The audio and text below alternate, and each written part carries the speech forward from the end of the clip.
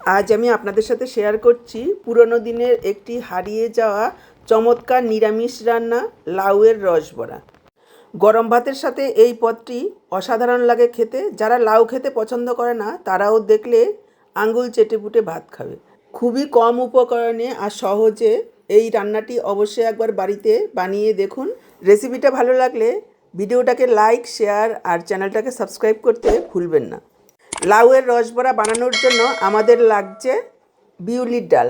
আমি এখানে 1 কাপ পরিমাণ বিউলির ডাল প্রায় 4-5 ঘন্টা আগে ভালোভাবে ধুয়ে ভিজিয়ে রেখেছি।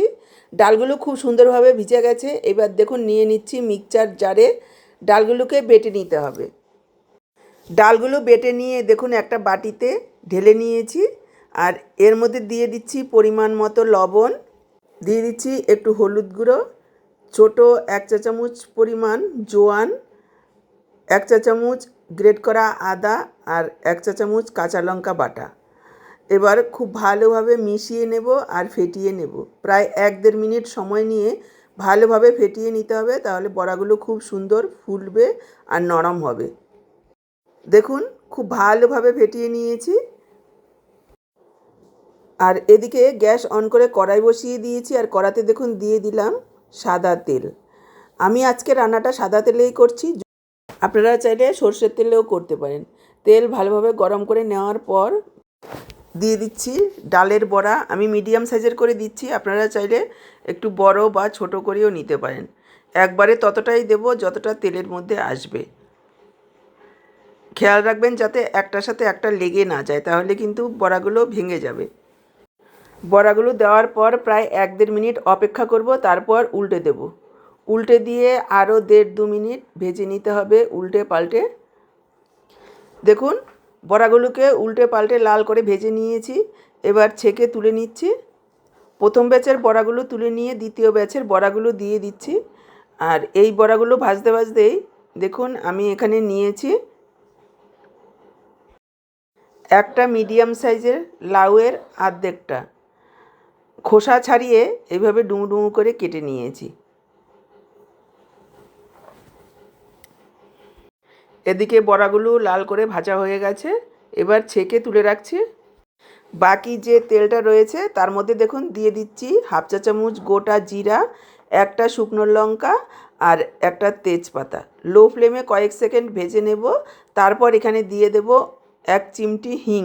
হিং যদি হাতের কাছে থাকে অবশ্যই দেবেন, এতে টেস্টটা খুব ভালো আসবে। যেহেতু সম্পূর্ণ নিরামিষ তরকারি, হিং দেওয়ার সময় গ্যাসের ফ্লেমটাকে একেবারে লোতে রাখতে হবে, তা না হলে কিন্তু হিং পুড়ে যাবে। হিং দেওয়ার কারণে যেমন স্বাদ বাড়ে, হিং পুড়ে গেলেও কিন্তু স্বাদ নষ্ট হবে। ফোড়নের সুন্দর গন্ধ বেরিয়ে গেলে এখানে দিয়ে দেব কেটে রাখা লাউ। লাউ দেওয়ার পর গ্যাসের ফ্লেমটাকে হাইতে রেখে প্রায় 3-4 মিনিট এইভাবে নাড়াচাড়া করে ভেজে নেব। এখানে কোনো রকম মশলা এখন দেব না, এতে করে লাউয়ের যে একটা কাঁচা গন্ধ আছে সেটা চলে যাবে। দেখুন 3-4 মিনিট ভেজে নেওয়ার পর এখানে দিয়ে দিলাম 1 চা-চামচ আদা বাটা, 1 চা-চামচ কাঁচা লঙ্কা বাটা আর দিয়ে দিলাম পরিমাণ মতো লবণ, 1/2 চা-চামচ পরিমাণ হলুদ গুঁড়ো, সামান্য একটু জিরের গুঁড়ো আর একটু ধনের গুঁড়ো, দিয়ে দিচ্ছি একটু কাশ্মীরি লাল লঙ্কার গুঁড়ো, গ্রেট করে রাখা টমেটো। এখানে আমি একটা টমেটো গ্রেট করে দিয়েছি। এবার ভালোভাবে মিশিয়ে নেব আর প্রায় 5-6 মিনিট সময় নিয়ে কষিয়ে নেব।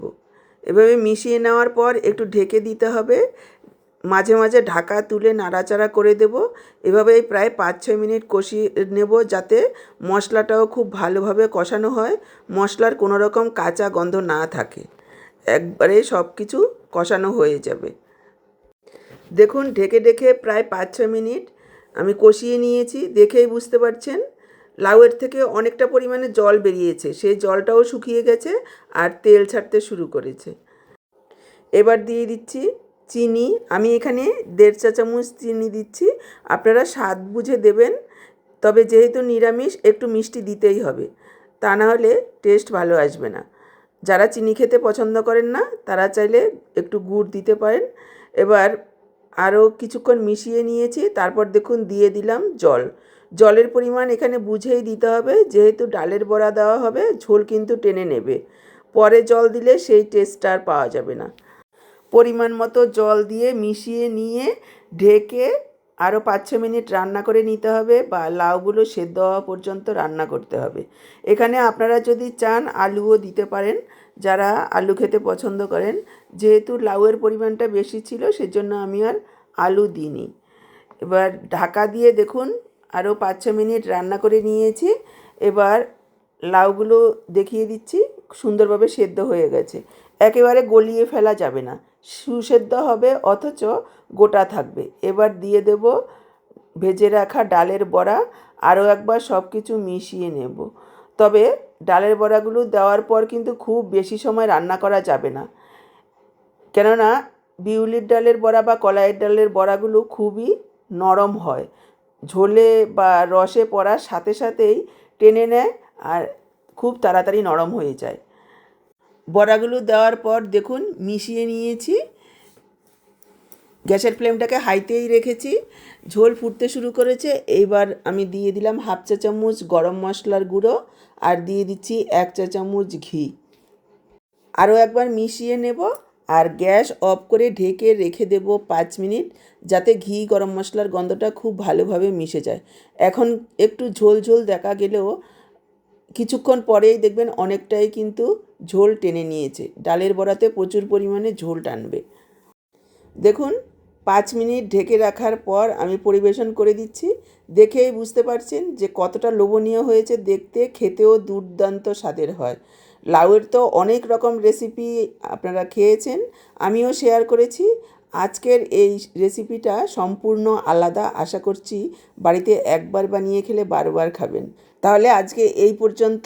সবাই ভালো থাকুন, সুস্থ থাকুন, সাথে আহারে বাহার রান্নাঘর চ্যানেলটিকে সাবস্ক্রাইব করুন।